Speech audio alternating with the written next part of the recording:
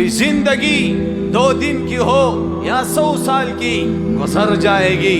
जिंदगी 2 दिन की हो या 100 साल की गुजर जाएगी। लका संग प बुनेर बांधे आजाब रागो, पसवात बांधे रागो, प मनसेरा बांधे रागो। ताने ताकतवर खलक एवढो, ताने खेस्ता खलक एवढो, जनाने एवढी, माशुमानी एवढो, नौजवानानी एवढो, मालदारी एवढो, गरीबानानी एवढो। सुमरम खलक په دې خپل لاسونو سره د خاورو ته ورسپاره. یو حاجي صاحب نه په اولنۍ حصه کې تپوس وشو، حاجي صاحب څو قبرونه وکنو، څو قبرونه؟ وایي فی الحال خو یو 100 قبرونه وکنئ، 100 قبرونه د نورو لا پته نه لګي. او اوس هم ډېر مسلمانان نارینه زنانه ماشومان زما محترمو په ملبو کې غیب دي لا، او رشتہ داران او خپل خپلوان ورپسې ګرځي. نو دا بیل عذاب دی چې مړیم در ته په لاس را نشي دی، چې مړیم در تر لاسه نشي، دا بیل عذاب دی.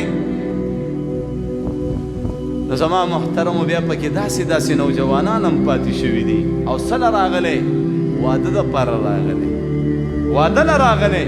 او زما محترمو د کور خلق او کور هر څه چې کوم دی په اوبو باندې لو شوي.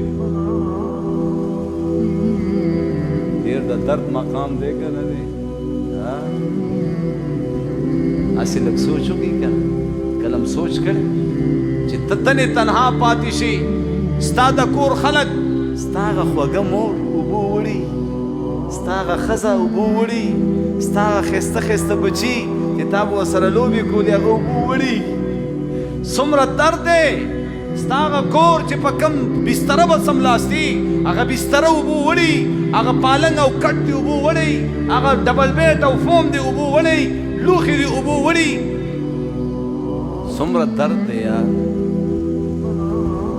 د دې خلکو په زړونو به څه تېرېږي.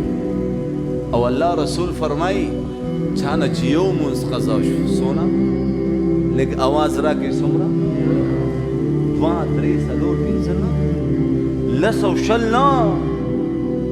که دې وکړو که دې ونه کړو هغه نه یادوم. صرف یو مونځ چا نه قضا شو. نو زما محترمو د دې نه غټ تاوان شو.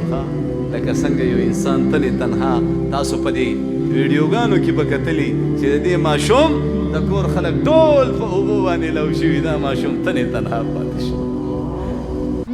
لیکن موږ صرف فیسبوک کو، یوټیوب کو، ټیک ټاک کو. اوه څه خطرناک سیلاب راغلی. اوه بس صرف افسوس او افسوس، صرف افسوس او افسوس، صرف خفګان. او زما محترمو د خفګان پوسټونه هم د دې نه غټ نقصان په یو مونځ سره زما او ستا وشي. خو ما او تا ته پته